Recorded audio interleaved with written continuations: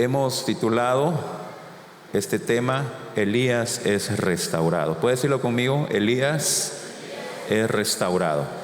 Amén.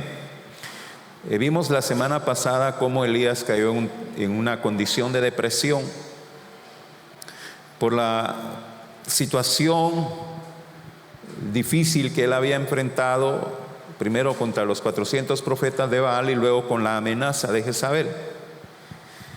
Pero el tiempo de depresión había terminado para Elías ahí, en este lugar en Horeb. Dios lo había fortalecido físicamente y ahora, con el soplo apacible de la presencia de Dios, es restaurado espiritualmente. Amén. Y Dios le pregunta desde la cueva, el versículo 13 que leímos dice: ¿qué haces aquí, Elías? O como decimos nosotros, ¿qué haces aquí, Elías? Es una pregunta que tiene mucha profundidad, que debe hacer reflexionar al profeta, pero también a nosotros. ¿Qué hacemos nosotros? ¿Qué haces aquí, Elías? Elías estaba en una situación mental en la que estaba inmiscuido en su autocompasión, en querer dar lástima, en que se compadecieran de él. Entonces la respuesta de Elías la leemos ahí en el versículo 14: he sentido un vivo celo por Jehová, Dios de los ejércitos. Entonces él justifica sus acciones. Yo he hecho esto, yo hice esto, yo siento esto. Dice: y he sentido un celo por Jehová de los ejércitos, porque los hijos de Israel han dejado tu pacto, han derribado tus altares y han matado a espada a tus profetas. Entonces pone en evidencia la mala conducta de los demás y resalta sus buenas acciones. Amén. Entonces ese es un reflejo de una persona que está justificando su autocompasión. Y luego dice: solo yo he quedado, soy el único. Y eso no era cierto, y más adelante lo vamos a ver. Eso no es cierto. Solo yo he quedado y me buscan para quitarme la vida. Entonces ya Dios había fortalecido físicamente a Elías, lo vimos la semana pasada. Le envió alimento, un alimento que le dio fuerza para caminar hasta ahí a Horeb. Y ahora, con su presencia en el silo apacible, se manifiesta la presencia de Jehová en la vida de Elías. Entonces Elías ya estaba restaurado, pero él mentalmente todavía estaba bloqueado. Entonces es una condición en la que muchas personas caen.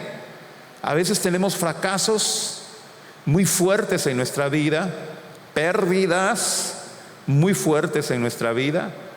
Se muere un familiar querido, un padre, una madre, un hijo, un cónyuge, muere, y caemos nosotros en un hoyo de tristeza, de dolor, que nos puede llevar a la depresión. Pero hay que salir de ahí.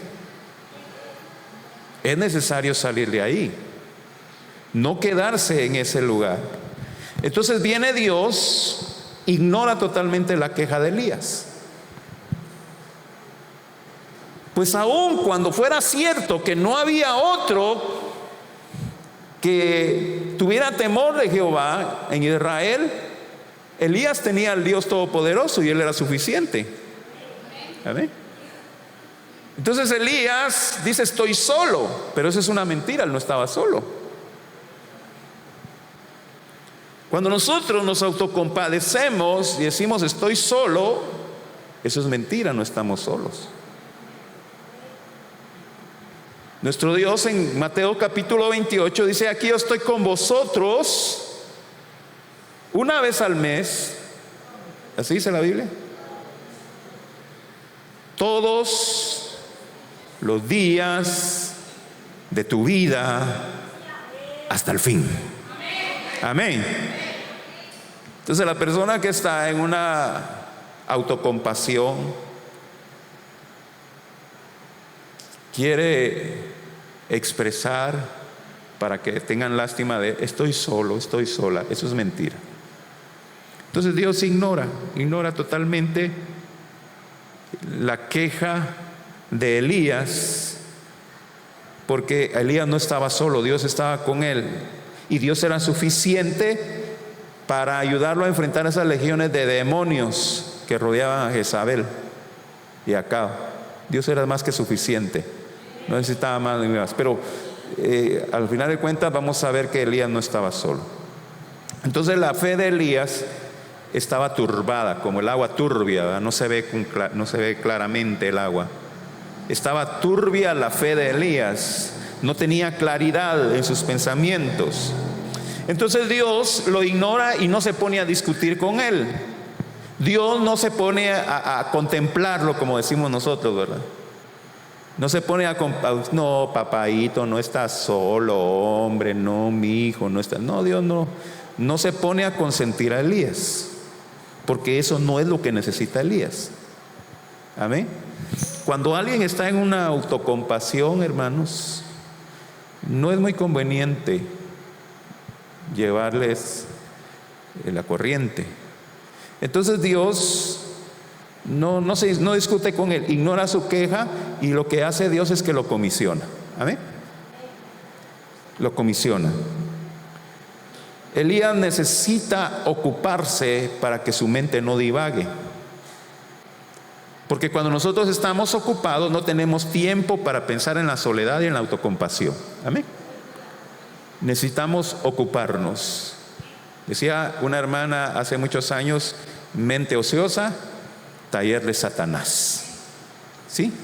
Mente desocupada, taller del diablo. Vienen los pensamientos y tenemos tiempo para empezar a pensar tonteras. Entonces Dios le dice: Elías, necesitas ocuparte. Ya basta de la autocompasión. Entonces Dios escucha la queja de Elías, y en lugar de seguir con ese tema, Dios cambia de tema y lo manda a ungir a 2 reyes y a un profeta que será su sucesor: Hazael, rey de Siria; Jehú, el próximo rey de Israel; y a Eliseo, el profeta sucesor de Elías. Dios le está diciendo a Elías con esto: deja de quejarte, regresa a trabajar, ocupa tu mente para que salgas de ese estado. Amén. ¿Verdad? Ocupa tu mente. Entonces, hermanos, cuando la gente está en una situación así, eso es lo que recomiendan los psicólogos: póngase a hacer algo, le dice.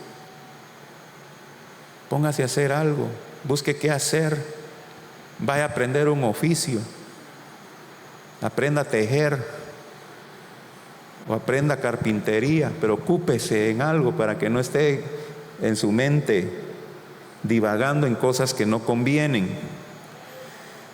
Sí, hermanos, porque cuando la gente está desocupada empieza Satanás a llenar su mente de tonteras, ¿verdad?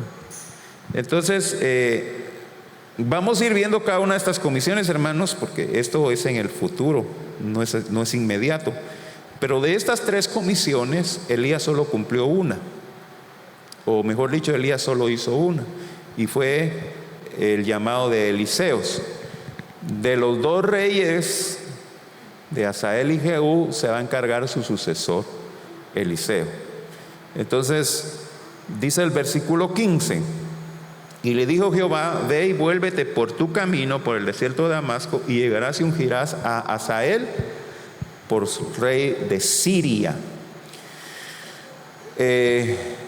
Aunque actualmente existe un país que se llama Siria, no es el mismo de país que existía en esa época. Este era un país vecino a Israel al norte, y cuya capital es Damasco. Damasco es una ciudad muy mencionada en la Biblia, pero no pertenece a Israel, pertenecía a Siria. Ahora, debemos de considerar, hermanos, que Elías estaba en Horeb. La región de Horeb fue la región donde está el monte Sinaí, donde Moisés recibió las tablas de la ley. Está muy al sur de Israel. Está muy al sur de Israel, a unos 500 kilómetros de Israel. Y Damasco, a donde Dios le está diciendo, ve y vuélvete por tu camino, el desierto de Damasco está a más de 200 kilómetros de Jerusalén. Es decir, que el recorrido de Horeb a Damasco era aproximadamente de 770 kilómetros. Y ese recorrido lo tenía que hacer Elías a pie. ¿Amén? Y a nosotros nos da pereza caminarle aquí al mercado. Era un camino de más de 50 días. Pero Elías no se dirigió directamente a Damasco, se detuvo en Abel Meloá, ahí donde vivía Eliseo, en la casa de Eliseo. Pero bueno, eso lo vamos a ver más adelante. Entonces, ¿por qué Dios ordena al profeta Elías que vaya a ungir a un rey extranjero? Cuando ministerialmente Elías no tenía cobertura en Siria.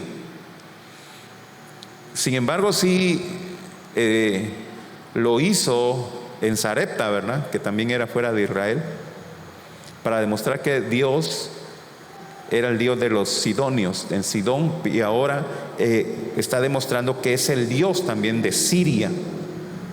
Entonces, en ese momento en Siria reinaba Ben-Hadad. Ahora, Ben-Hadad, hermanos, no era precisamente un nombre más que una descripción. Ben-Hadad significa hijo de Hadad, y Hadad era el dios de los sirios. Entonces, hijo del dios sirio. Y viendo la historia, según la arqueología, todos los reyes que gobernaban en Siria se llamaban así, Ben-Hadad. Era algo así como en Egipto Faraón, ¿verdad? Los reyes se llamaban Faraón. En Siria Ben-Hadad, hijos de Hadad o hijos del dios de los sirios. Siria era una potencia militar en esa época y tenía alianzas con Israel y tenía alianzas con Judá. En semanas anteriores vimos una situación en la que Judá hizo alianza con Siria. Y Dios está llamando a Hazael como rey de Siria. Y esto es bien interesante, hermanos, porque Hazael iba a ser instrumento en las manos de Dios para castigar a Israel. Amén. ¿Por qué Dios envía al profeta a ungir a un rey extranjero?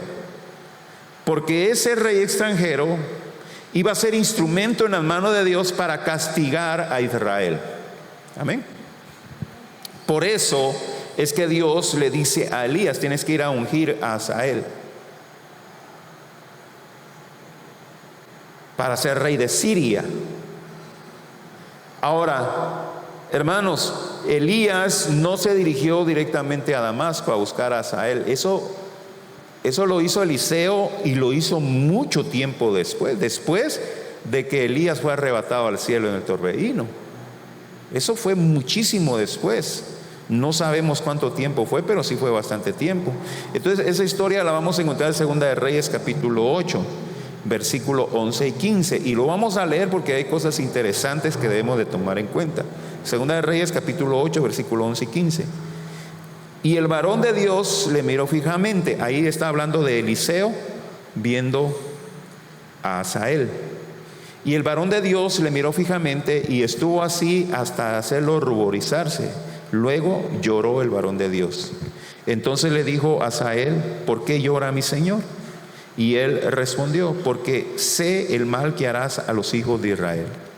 A sus fortalezas pegarás fuego, a sus jóvenes matarás a espada, y estrellarás a sus niños, y abrirás el vientre a sus mujeres que estén encinta. Y Hazael dijo, pues, ¿qué es tu siervo, este perro, para que haga tan grandes cosas? Y respondió Eliseo, Jehová me ha mostrado que tú serás rey de Siria. Y Hazael se fue y vino a su señor, el cual le dijo, ¿qué te ha dicho Eliseo? Y él respondió, me dijo que seguramente sanarás. El día siguiente tomó un paño y lo metió en agua y lo puso sobre el rostro de Ben-Hadad y murió, y reinó Hazael en su lugar. Entonces, en esta lectura que tuvimos, hermanos, vemos que Eliseo también tuvo la revelación de lo que iba a suceder en el futuro y cómo Hazael iba a ser instrumento para castigar a Israel por sus pecados. Hemos estado viendo, hermanos, cómo Israel se alejó de Dios, cómo Israel llegó hasta el punto en que Acab se casa con Jezabel, que fue una mujer, instrumento de Satanás, para destruir el culto a Jehová, el culto a Dios, instituir el culto a Baal, de tal manera que ella mataba a los profetas de Dios.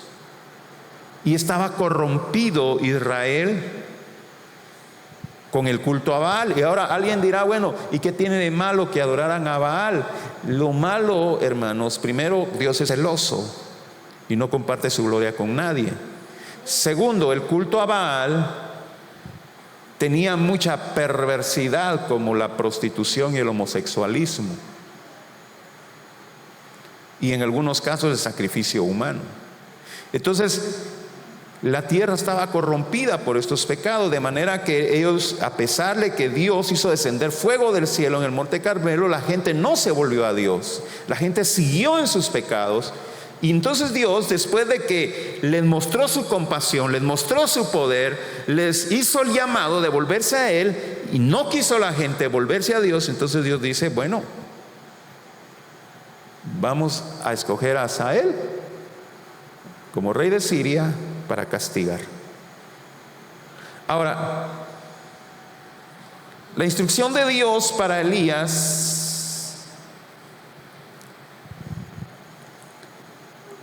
en el versículo 1 Reyes 19,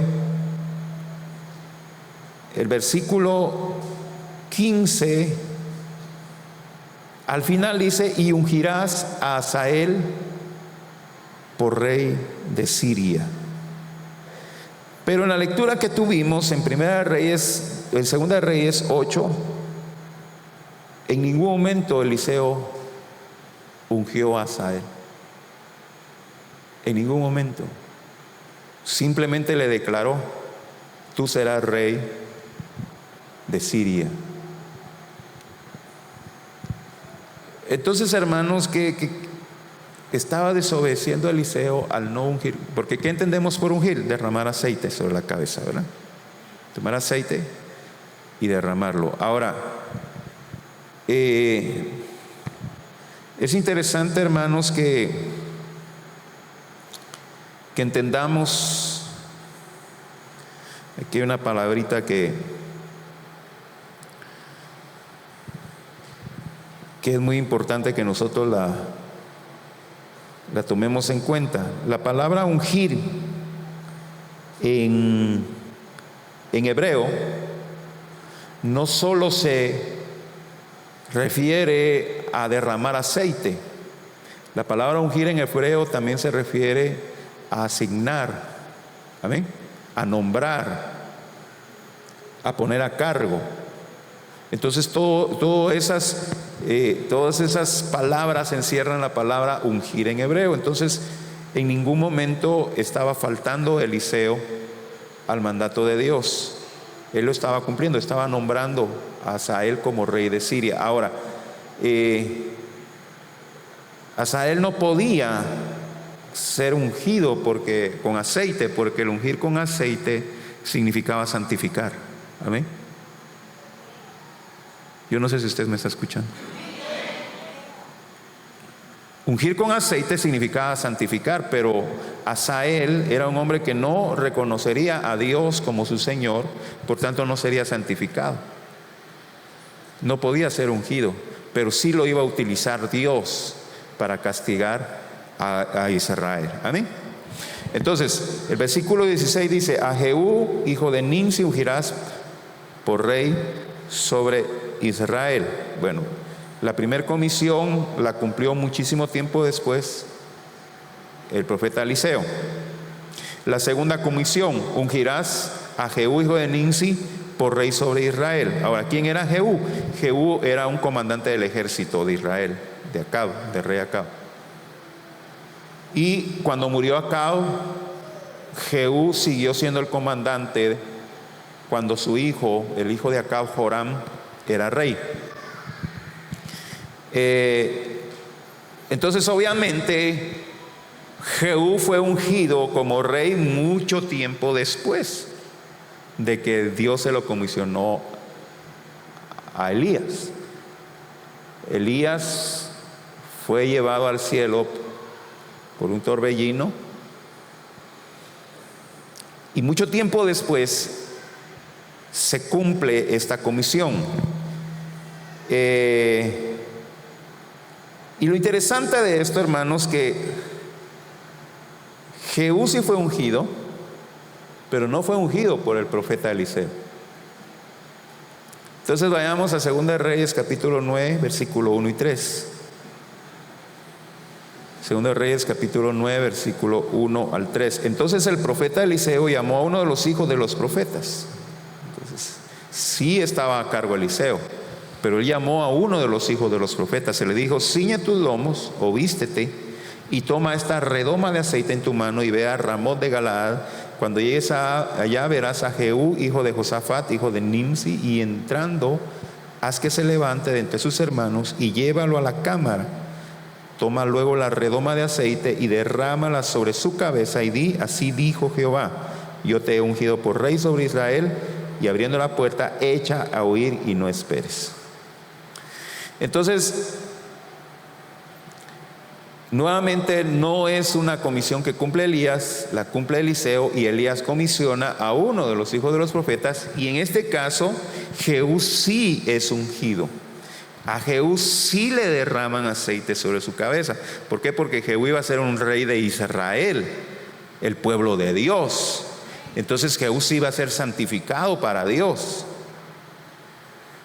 Pero ¿por qué Dios escoge a Jehú como rey?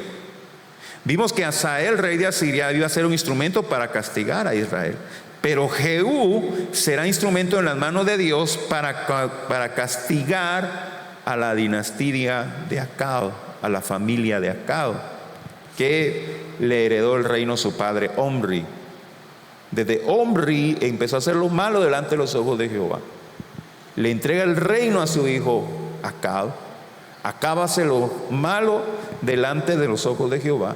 Acab muere y le entrega el reino a su hijo Joram, y Joram hace lo malo delante de los ojos de Jehová. Entonces Dios escoge a Jehú para destruir la dinastía de Omri, que es el abuelo de Joram y padre de Acab. Entonces vemos que el rey de Siria, Hazael, iba a ser instrumento para castigar a Israel, pero Jehú un instrumento para castigar la casa de Acab y de Jezabel. Entonces, hermanos, Dios es justo. ¿Cuánto lo creen? Porque Dios le dio la oportunidad a los israelitas en el monte Carmelo de volverse a Él. Primero, Dios por boca de Elías trae una sequía de 3 años y medio, para demostrarle que Dios es el que hace descender la lluvia y el que cierra los cielos para que no llueva. Y demostró su poder en Sidón, en Sarepta, en la casa de la viuda de Sarepta, haciendo que que la harina y el aceite abundaran, demostrando que Él era el Dios también en Asiria. No era Baal, era Él. Y regresa Elías 3 años y medio después y convoca a los profetas de Baal y le dice: si Baal es Dios, hará descender fuego del cielo, pero si Jehová es Dios, Él hará descender fuego del cielo. Y Jehová hizo descender fuego del cielo, y toda la gente en Israel lo vio. Y una invitación: vuélvanse a Jehová. Ellos no quisieron hacerlo. Ellos siguieron adorando a Baal. Entonces Dios es un Dios de oportunidades, y Dios no trae castigo sin antes advertir. Amén. Entonces ahora Dios dice: bueno, no quisieron volverse a mí, Acab quiso seguir en sus pecados, entonces viene juicio sobre su familia, y vamos a escoger a Jehú. Israel no quiso volverse a mí, entonces vamos a escoger a Hazael como instrumento de juicio. Ahora el llamado de Eliseo. Entonces Eliseo sí lo ungió a Elías, ¿verdad? Porque ¿quién más? Bueno, tampoco lo ungió. Entonces dice el versículo 19, Primera Reyes 19. Vamos a leer el versículo 19 al 21. Partiendo él de ahí, halló a Eliseo, hijo de Safat, que arreaba con 12 yuntas delante de sí, y él tenía la última. Y pasando Elías por delante de él, echó sobre él su manto. Entonces, dejando de los bueyes, vino corriendo en pos de Elías y dijo: te ruego que me dejes besar a mi padre y a mi madre, y luego te seguiré. Y él le dijo: ve, vuelve, ¿qué te he hecho yo? Y se volvió y tomó un par de bueyes y los mató, y con el arado de los bueyes coció la carne y la dio al pueblo para que comiese. Después se levantó y fue tras Elías y le servía. Entonces, esta es la primera y la única comisión que cumplió Elías. Después que Dios comisiona a Elías, Dios le dice: Elías, yo he dejado a 7,000 que no han doblado su rodilla delante de Baal. Para decirle: Elías, es mentira, no estás solo, no sos el único. Hay 7,000 que no han doblado su rodilla delante de Baal. Y uno de esos 7,000 era Eliseo. Eliseo no había doblado su rodilla delante de Baal. Ahora, Eliseo significa Dios es salvación. ¿Qué significa Eliseo? Dios es salvación. Y Dios había escogido a Eliseo aún desde el vientre de su madre para que fuera profeta. Eliseo había sido escogido por Dios. En ese momento de su llamado, Eliseo era joven y era el momento exacto para su llamado y su preparación. Elías ya era un hombre de edad avanzada y necesitaba preparar a su sucesor, porque la lucha contra Jezabel no había terminado. Eliseo continuaría esa lucha, porque Elías fue arrebatado antes de que fuera derrotada Jezabel. Ahora, es interesante, hermanos, que ¿qué estaba haciendo qué estaba haciendo Eliseo cuando Elías lo llama? ¿Qué estaba haciendo? Estaba trabajando, ¿verdad? Estaba con sus bueyes en su yunta, arando. Eliseo fue llamado cuando estaba ocupado. Usted va a encontrar en la Biblia, hermanos, que Dios llama a gente ocupada, a gente activa, a gente productiva, a gente diligente. Amén. Es interesante que hay personas que dicen que no hacen nada, dicen: estoy esperando el llamado de Dios. Dios nunca va a llamar a los que no hacen nada. Cuando usted lee Éxodo capítulo 3, va a encontrar que Moisés fue llamado cuando estaba pastoreando las ovejas de su suegro Jetro. Estaba ocupado. Jueces capítulo 6 nos habla de que Gedeón estaba trillando el trigo cuando fue llamado.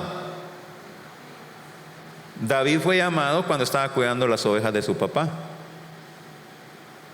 Es más, que se reunieron todos sus hermanos ahí, estaban ahí, pero David no. ¿Por qué? Porque David estaba ocupado trabajando. Y le dice el profeta Samuel: vayan a traerlo. Estaba ocupado.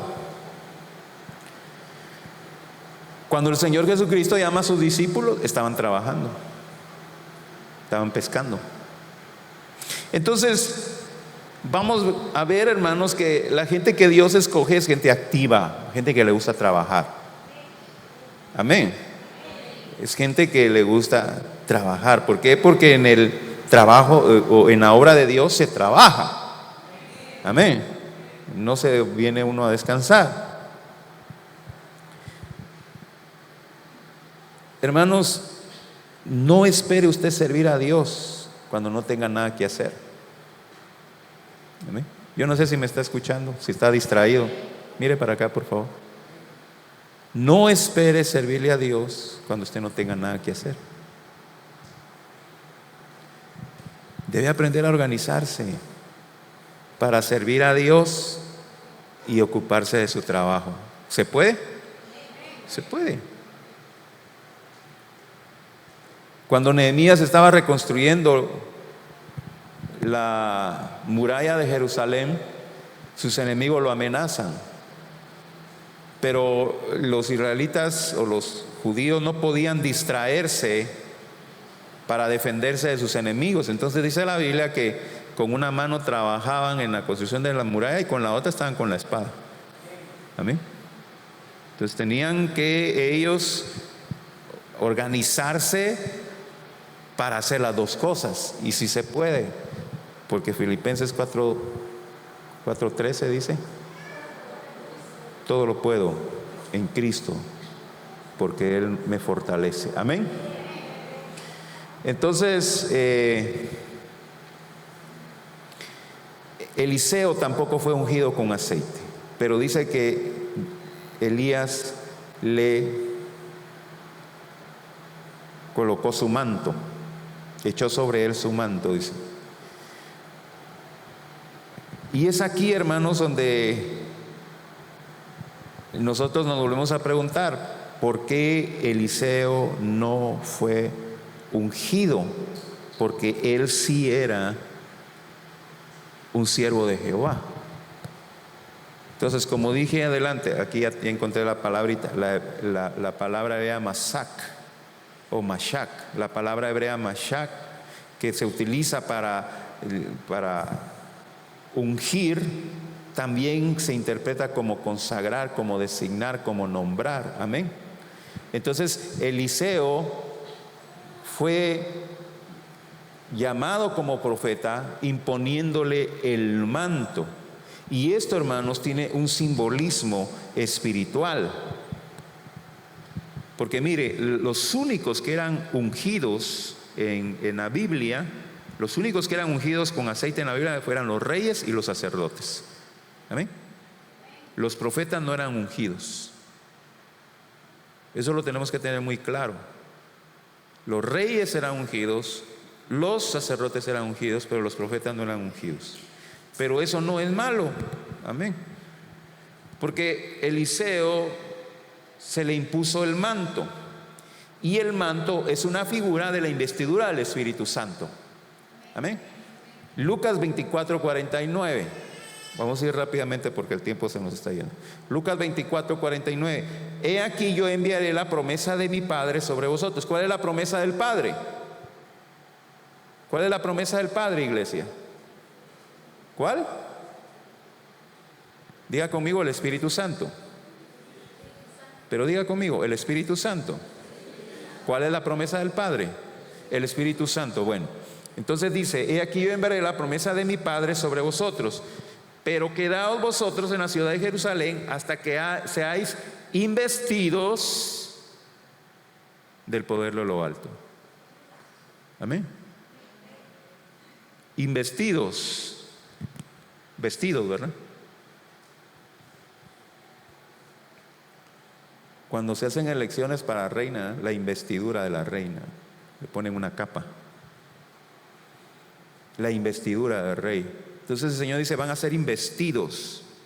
Y esa es la figura que hizo Elías sobre Eliseo. Lo invistió con su capa, dando a entender el ungimiento para el ministerio profético. Y ahora nosotros somos también investidos con el poder de lo alto, con el Espíritu Santo. Yo no sé si usted puede dar un gloria a Dios. Amén.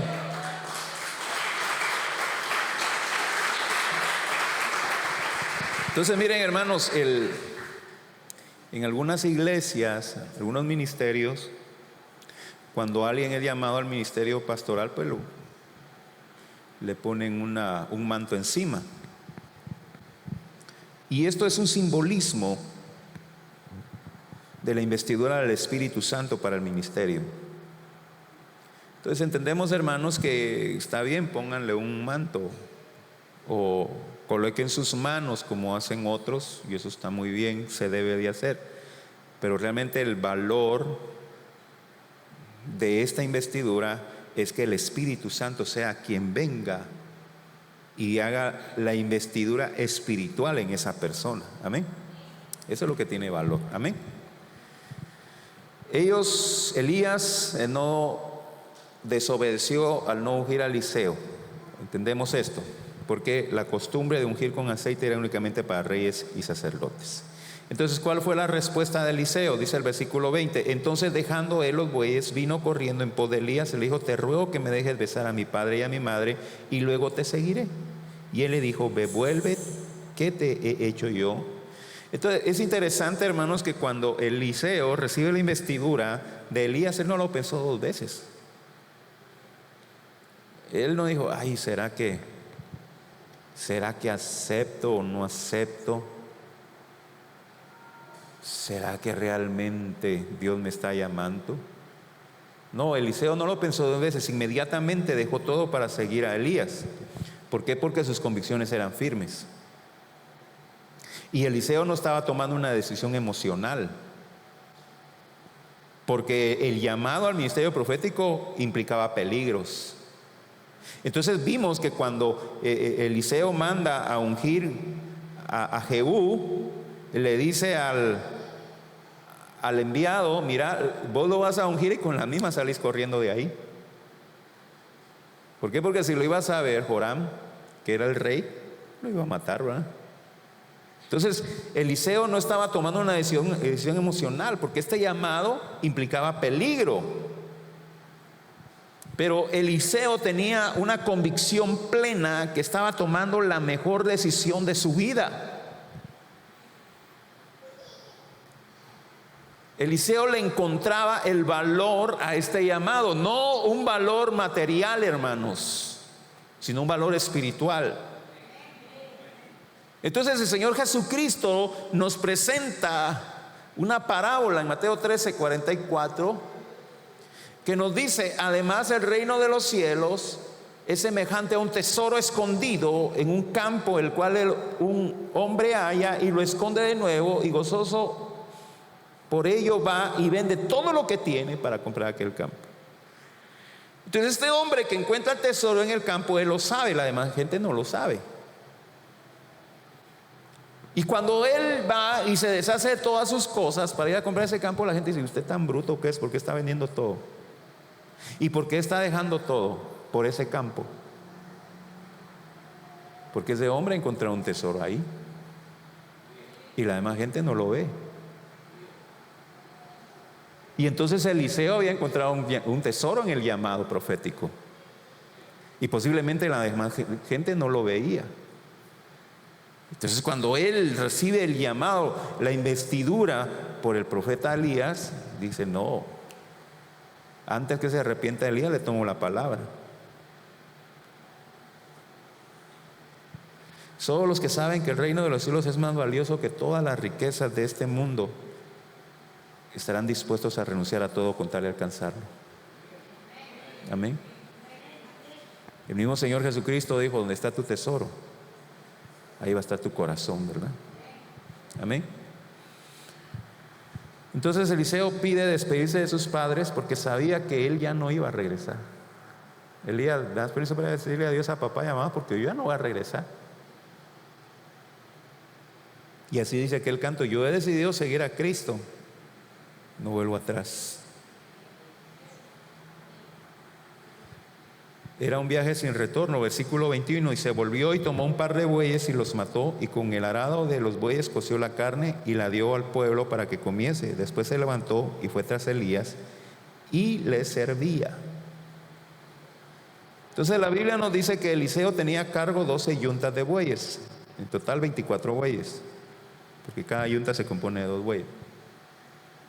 Y él estaba a cargo, pero habían otros 11 que trabajaban con él, y él operaba una yunta de bueyes.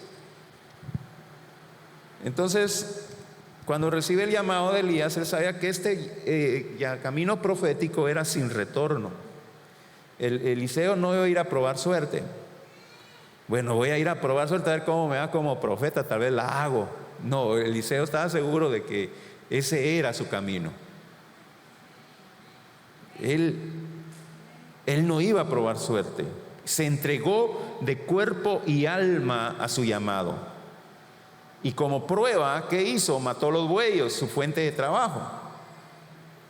Y con el arado y con la yunta hizo leña para cocer la carne y le dio de comer a la gente. Imagínense, hermanos, qué tremendo es. Estaba renunciando a la fuente de sus ingresos, porque para él no había opción de volver. ¿Para qué voy a dejar los bueyes si ya no los voy a trabajar? Aquí se acabó esto, yo ya no soy boyero, ahora soy profeta del Señor. Y ese es el llamado que Dios nos hace a nosotros, y esa es la respuesta que Él espera de nosotros. Lucas 9:62 nos dice: ninguno que poniendo la mano en el arado y mira hacia atrás es apto para el reino de Dios. El camino de Dios es un camino sin retorno, hermanos. No nos conviene volver atrás, no nos conviene regresar. Y eso nos enseña cuando Dios destruye Sodoma y Gomorra y saca a Lot y a su esposa y a sus hijas, y le dice el ángel: no miren para atrás, este es un camino sin retorno. ¿Y qué hizo la esposa de Lot? Volteó y ahí se quedó.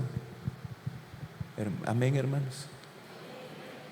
Aquellos que hemos entregado nuestra vida a Cristo, no debemos estar pensando en regresar, hermanos. Yo no sé si usted me está escuchando en esta noche. Aquellos que le hemos entregado nuestra vida a Cristo, no debemos pensar en regresar, porque hemos botado nuestra carga a los pies de la cruz y hemos iniciado nuestro camino por la senda angosta, y ese es un camino sin retorno. Ahora, vimos, hermanos, la condición de Elías, de su recaída emocional. Y quiero que entendamos una cosa, hermanos. Mire para acá, por favor. Dios no lo va a rechazar a usted si usted sufre una recaída emocional. Dios no lo va a rechazar a usted si usted cae en alguna depresión. Al contrario, Él lo comprende, Él la comprende y está dispuesto a ayudarle. Las recaídas emocionales son parte de nuestra naturaleza humana. Es parte. Y si nosotros clamamos a Él, porque Jeremías 33:3 dice: clama a mí y yo te responderé. Y si nosotros clamamos a Él, Dios nos va a responder y nos va a ayudar. Y nos puede sacar de ahí. Amén. El salmista dice: Él me sacó del foso cenagoso y puso mis pies sobre roca. Ahora, una vez que el Señor nos saca de esa condición de depresión, de esa caída emocional, nosotros no nos podemos quedar ahí. No podemos quedarnos en el mismo lugar dando vueltas, como lo hizo Elías bajo el enebro o escondido en una cueva. Tenemos que salir de ahí y continuar con nuestra vida. Tenemos que servir al Señor. No se quede acomodado en la autocompasión. Hace muchos años atrás, un joven que pues ya era adulto y era casado, pero era joven, perdió a su papá. Pero cuando murió su papá, él estaba peleando con su papá, no se hablaba. Y fue muy duro la muerte de su papá, porque no hubo una oportunidad de reconciliarse con su papá. No hubo una oportunidad de abrazar la última vez a su papá, decir: papá, te amo, perdóname. Se murió. Entonces, cuando el papá murió, fue un golpe muy duro para él, y este joven cayó en una depresión muy tremenda. Y pues obviamente la gente que le rodeaba lo comprendía, ¿verdad? Pues sí, se murió su papá y estaba en malos términos con su papá, y la gente pues se le acercaba al joven y le daba ánimo, ánimo, ánimo, hay que seguir adelante, pero el joven se quedó ahí, en esa autocompasión, en esa tristeza, él se quedó ahí. Y entonces el tiempo fue pasando, entonces poco a poco la gente que lo estaba apoyando empezó a abandonarlo, porque él no quería salir de ahí. Y al final de cuentas se quedó solo con su autocompasión.